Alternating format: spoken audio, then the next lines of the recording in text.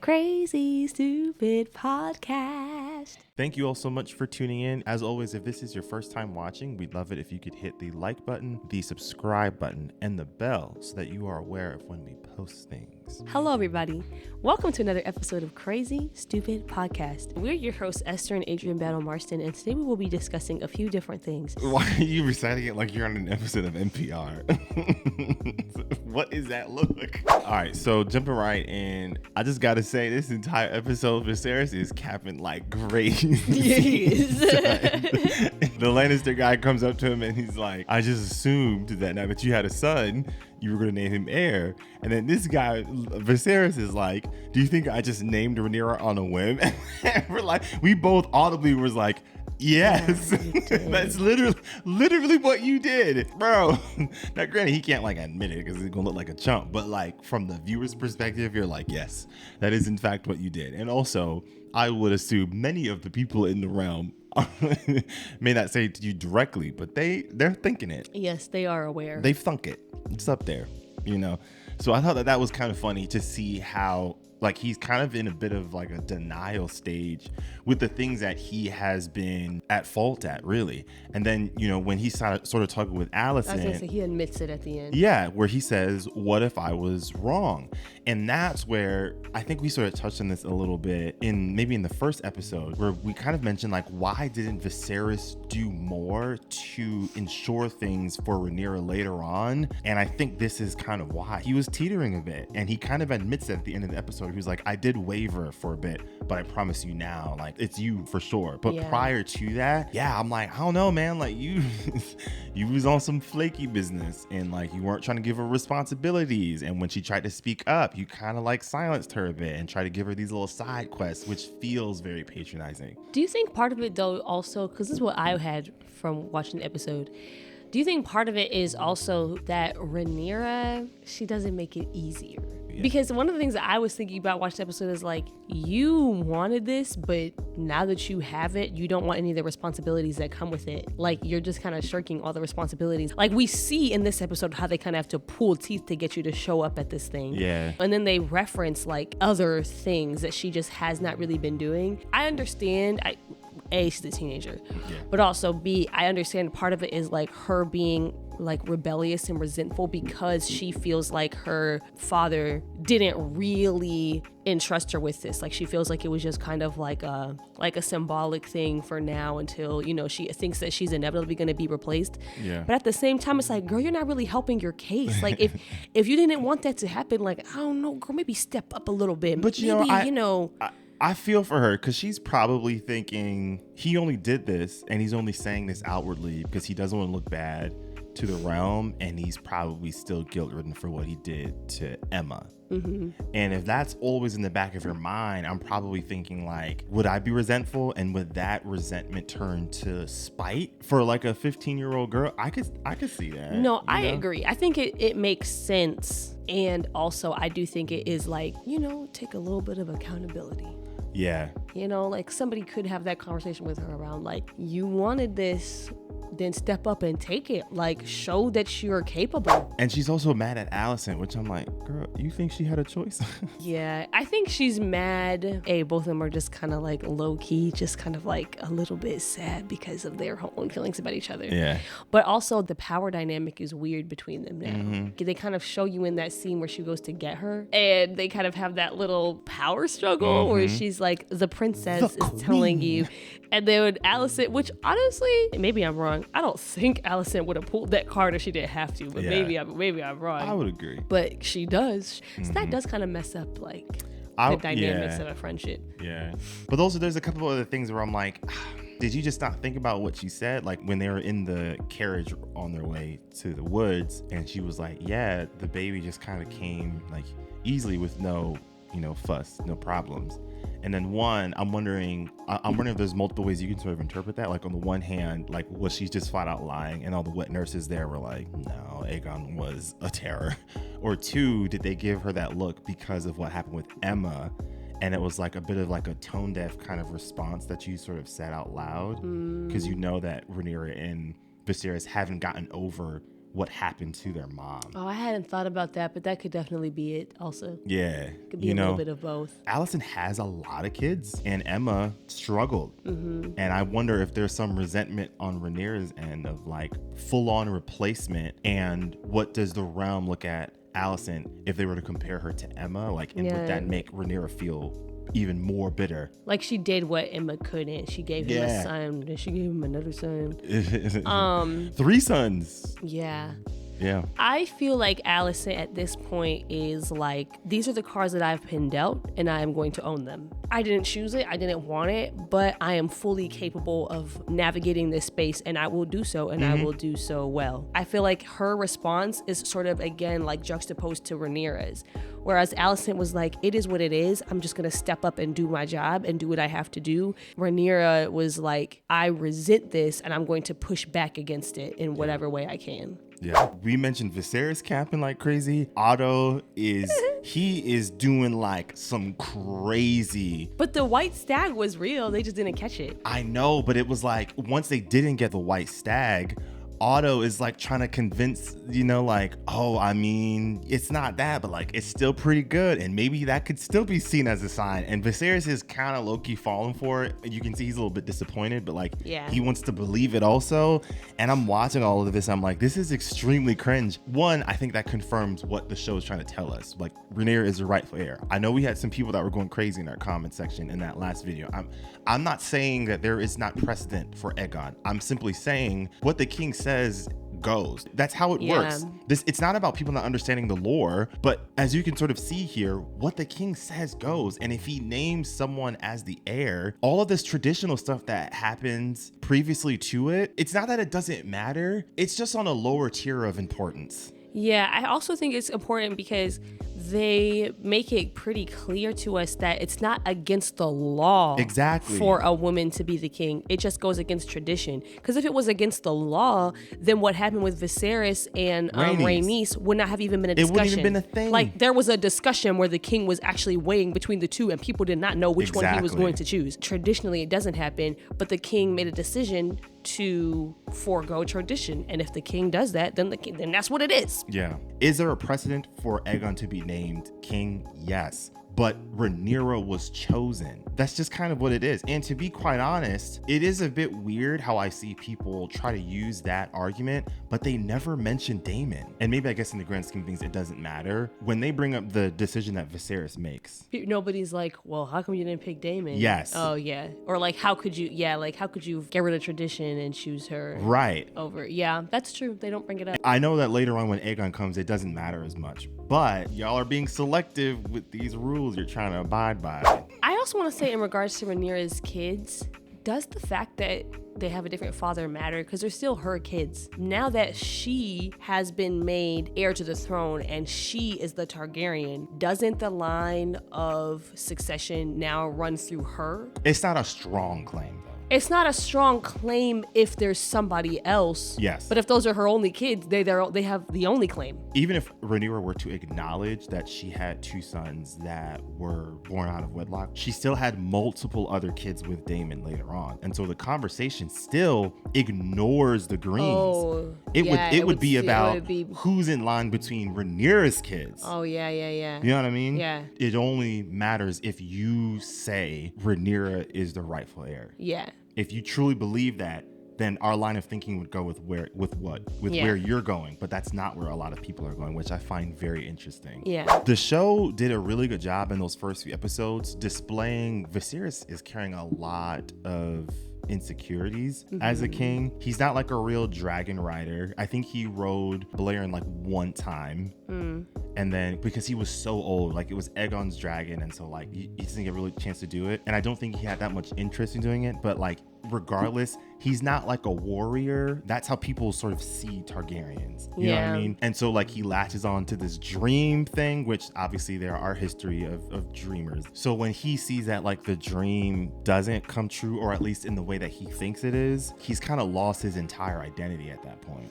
Yeah, he kind of says it at the end that he was kind of like clinging to this idea that like maybe I have this ability. Yeah, but that's what makes it kind of tragic because like and he dies before he really gets to see Well, which honestly though, if you did see what it meant, I don't think it would have made you feel any better. Nah. I do feel like though, and people say this to him, and I feel like he doesn't take it seriously, but I feel like people like Otto and have tried to tell him, like, the fact that you have been able to reign over a peaceful kingdom is a testament to your leadership in and of itself. Now, the fact that everything crumbles after you die is also a testament to you, but you didn't know that. You don't know that. But I guess it's like he doesn't see it as a positive. Yeah, he doesn't see it as a success story. Yeah, because he doesn't think he's been tested. Like, you could, like, Jaehaerys, he went through some tests. He had to really mold Westeros into being extremely peaceful. He did a lot. Okay, so actually, then I see where he's coming from. Aegon was tested a lot. Because at the same time, then, he kind of was tested and then he kind of failed. He flopped. But he doesn't know, though. He doesn't. He dies and doesn't realize. But I think... Well, I was going to say, what makes that episode 8 so tragic is that for that split moment at the dinner, he did. He was tested and he passed, and then he fumbled at the end. It's just like, yo, that was some Shakespearean tragedy right there. But the good thing is that he doesn't know. He gets to die happy. Yes. Which, you deserve. Do you think that he knew what Otto Hightower is doing? Like, do you think he had an inkling of like, oh, this is I don't think Viserys is that dumb. The way that they portrayed him in the show, I think there was some willful ignorance, and I think Viserys was willing to entertain it because he, on the low, kind of wanted his son to be king for a while. Until he has that argument with Rhaenyra, and he does admit, I did waver for a bit. I agree too. I actually think that he could have shut that down. Like, he could have been like, you better not be up to what I think you're up to. Even if you don't fire him, like, you really could have at the very least just been like, I just want you to know I see what you're doing, and I don't like it, and it's not gonna fly with me. Yeah. And put that shit in writing. I was curious as to why Rhaenyra doesn't take the White Hart back to the campgrounds. I thought of two things. I think one, I don't think she's lost her innocence yet. And that kind of brutality, I don't think she has made that turn, which as the show goes on, it becomes a little bit more tragic that she's willing to go that route.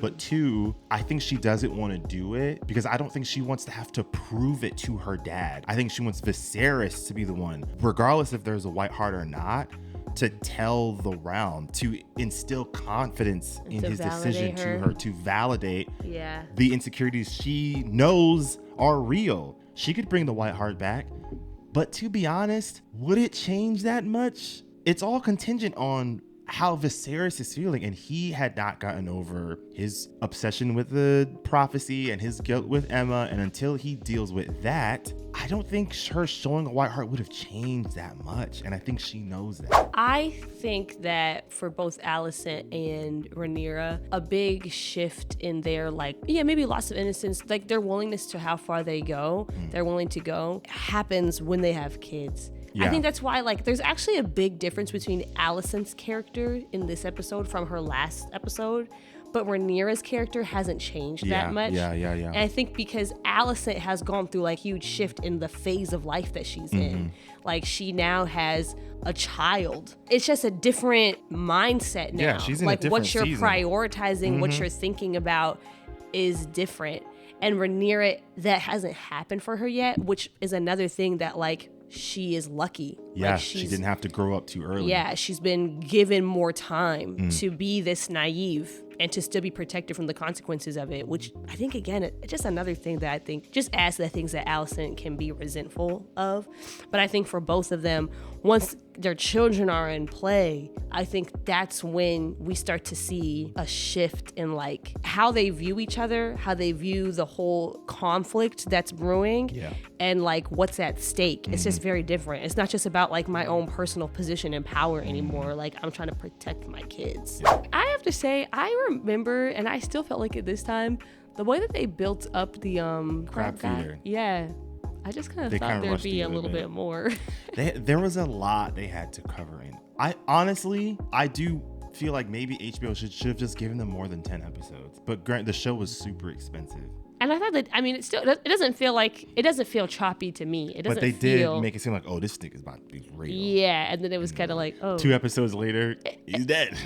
And he was off screen. I've become more okay with that creative decision as time has gone on. But I do remember the first time I watched it, if I'm being honest, I was like, I just have a couple of thoughts that I want to touch on X-Men. When X-Men finally comes around the MCU, do you think that they should make a film trilogy or like an expensive TV show that could kind of like rival like on a Game of Thrones level? I've seen that conversation pop up a few times on Twitter, and I've seen great arguments for both sides, but I'm not entirely sure on where I land because I feel like films give it a bit more excitement and buzz. Yeah. You know? But I think TV shows, like with what Game of Thrones is able to accomplish, you can flesh out more characters. And there are a lot of mutants. Yeah, there's a lot of X-Men. You know what I mean? And watching the animated X-Men show now, we're like, yeah, they all get a little bit more moments to kind of shine versus like in the original X-Men movies, it's really Magneto, Jean, Professor X, Wolverine. Yeah. You know what I mean? Like Storm gets thrown to the side, which is wild because she's literally an Omega level. But I think there's a prestige to like a movie, a theatrical release. So I don't know. I feel like before we trust them with a TV show like that, I need to see that they can do it. I've enjoyed the TV shows that they've made, but can you guys do that? I don't know. Like, are you guys capable of that? You'd have to really invest, not just money, but like writers. And sometimes these writers, the dialogue be kind of... I feel like part of the like superhero fatigue that we've sort of seen or heard through conversations, I think people like to bring up like the qualities in the films have been like inconsistent or they've kind of dipped. I do think that is one element. I also do think the stories just need to be a little bit more grounded. Like I've been rewatching Daredevil and like, yeah, it's a superhero show, but like the core message really is about how the justice system fails people. And like, what do you do when the justice system fails you? Even with the decision that Matt ends up making and becoming Daredevil, there is a ton of commentary that negatively speaks about what he does. You're not walking away. It's not like a throwaway line. You are genuinely supposed to sit with that and process like, are these decisions good or bad? Especially when it comes to Frank Castle, when their ideologies sort of clash. That's kind of what makes the show so much more interesting. It's not just let me turn my brain off and have 2 hours of escapism. Like you're sitting with a lot of, you know what I mean? And I feel like I haven't gotten that in some of these movies. I feel like that is an important element, even if it is not your main focal point. It has to be significant enough so that it just grounds everything. Because now it feels very fantastical. I'm not connecting to It's kind of like them. a why does this matter? Yes. Because the problem too is that normally in a movie like that didn't maybe have these messages, but it's sort of the stakes that these movies have. Yeah. The why does it matter would be like, well, it's the end of the world, so like we kind of have to. But in the MCU, we've had so many world-ending events and threats that doesn't work anymore. Yeah. So you do need to kind of have something else.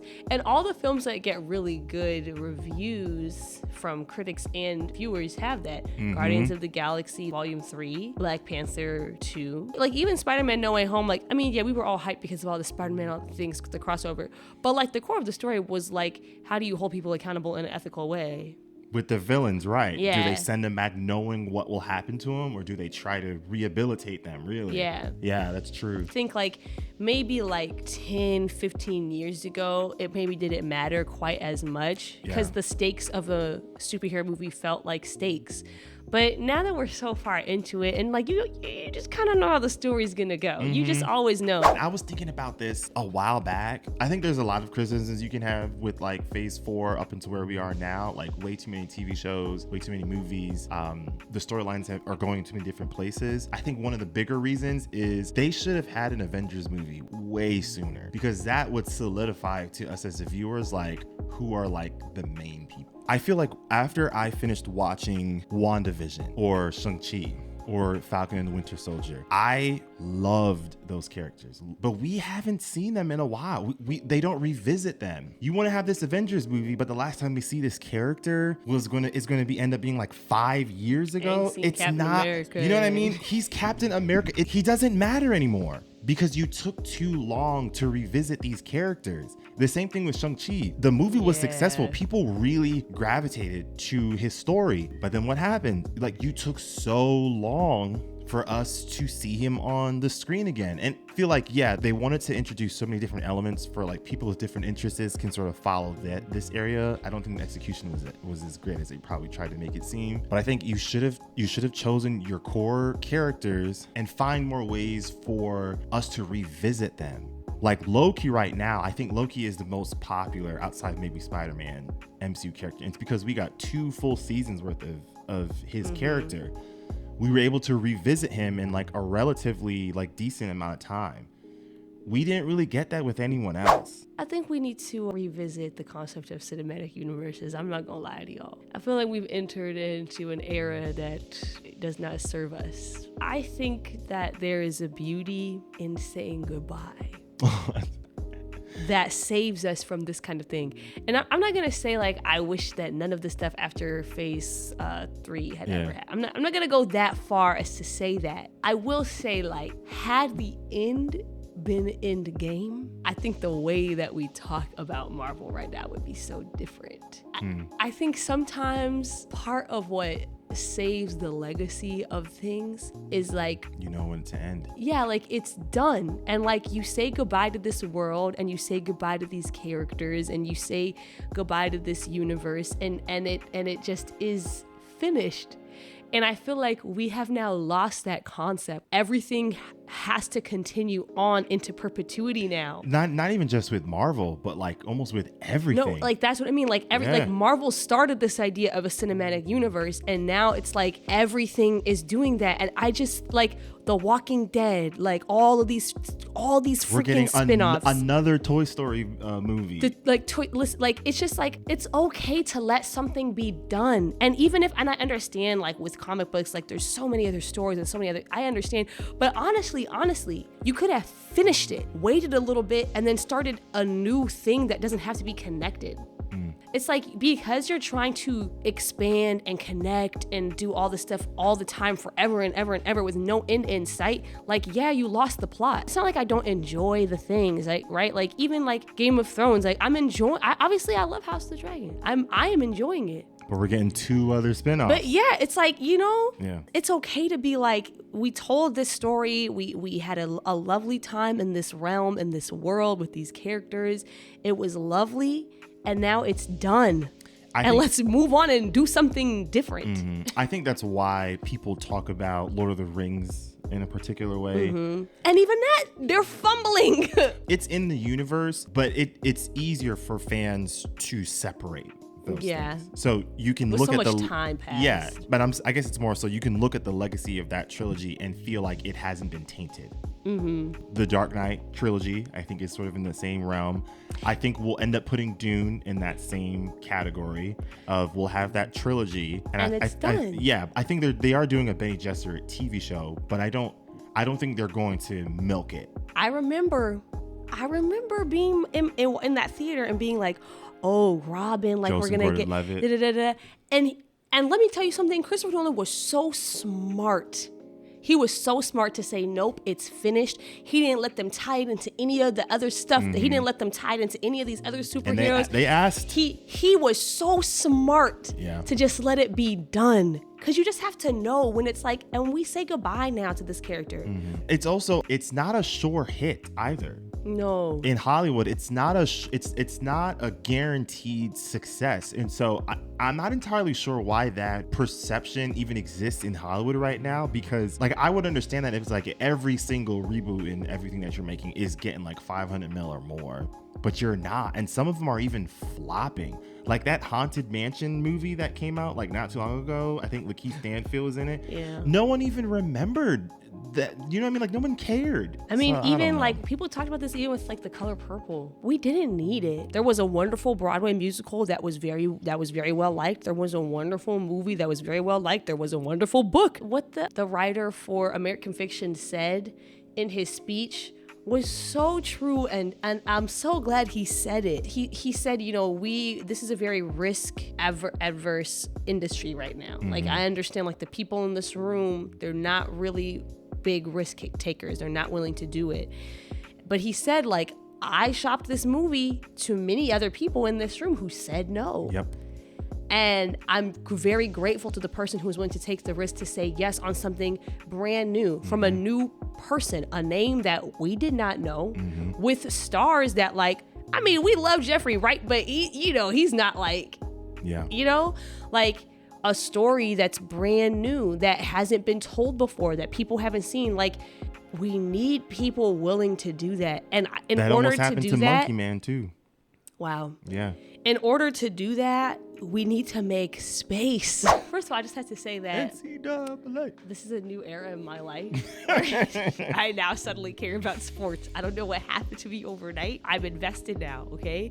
I started getting videos about it on my For You page. Like, I'm really in this. I'm really in this now. It's really bothering me the way that this is being covered. And this is why, with zero context of the season at all, I didn't watch a single March Madness game until yesterday. But I knew I was rooting for South Carolina because I knew the narrative. I knew the narrative that we had been getting about Iowa's team and Caitlin Clark this entire time. I'd seen glimpses from the little peeks into the sports world that I got. I could see this narrative of, honestly, like, I saw articles where they were on almost explicitly stating like good versus evil, especially when they were up against predominantly Black teams, LSU and South Carolina. The way that they are talking about the win is annoying because I keep seeing headlines that are like, South Carolina wins against Caitlin Clark. Like, you're still centering Caitlin Clark. You're still, this is exactly why I knew exactly who I was going to root for, because that's how you guys have been playing it this whole season. And then somebody reminded me about last year when they lost and Jill Biden had the nerve to invite them to the White House. And it frustrates me because I'm also like, I don't know much about sports, but it can't be that common for a team to have a completely undefeated season. It can't be that common for a team to go 38-0. I mean, it's happened a few times in college, but it's rare. Yeah, it's rare. Like, there should be more conversation being had about them. But you know what? It's murky. And we talked about this in our guys group chat. The conversations that I've seen, like the day after, the sports talk shows, they recap everything that day after an event. And it can be frustrating how the headlines are sort of about. It's more so in Caitlin losing than South Carolina winning. I think with Caitlin, there's a number of things that are sort of happening. I think what she was doing was savant-like. Yeah. And the record she was breaking in the way that she was scoring and revolutionizing, and she had the personality and the charisma, and she was bringing a lot of attention. I think the final game had nearly 19 million viewers, which, like, that's NBA kind of numbers. You know what I mean? I also do think the sports world, and maybe just America in general, they do like to root for like a white darling. Yes. You know what I mean? Like, and so there's some of that happening. And they talk about her like that when her behavior on the court is similar to the people that she plays against, which is frustrating. Yeah. And another thing that I was thinking about too is that this is not the first time that we've had a woman dominating the sport in a way that we've never seen. Serena Williams did not get the America's Princess treatment as she was dominating tennis. Nah, people did not like her. Black women do not get that. Yeah. When they're the best at something and when they raise the bar, they don't get that America's darling. I do remember, and I feel like no one hasn't talked about it enough. Chris Broussard on one of FS1's shows, Undisputed, he mentioned there's definitely a racial component with how they talk about like these Black girls at like LSU or South Carolina, but there's also a class aspect of it as well. Yes. The stereotype of like a ghetto Black girl is leaping out in the way that they're describing them. Like they're I think they even mentioned in an article where like they use language that was like almost like if you were to, the word itself is not sexually explicit, but it is associated with things. And so when people typed in the word on Google, like sexually explicit images showed up. Like I think it was like an adjective that the writer used to describe the LSU players. I know what article you're talking about. You know, there's been wild things happening. Also, Emmanuel Acho, whatever his name is. Yo, the king of coons. If I ever, sorry not to yell into the mic. The king of coons right there, bro. If I ever come across this man in real life, it is on site. And I don't say those words often because I really don't. I'm a little afraid right now. I'm not gonna lie. All right, y'all. Thank you all so much for tuning in, and we will see you all next time. Peace out.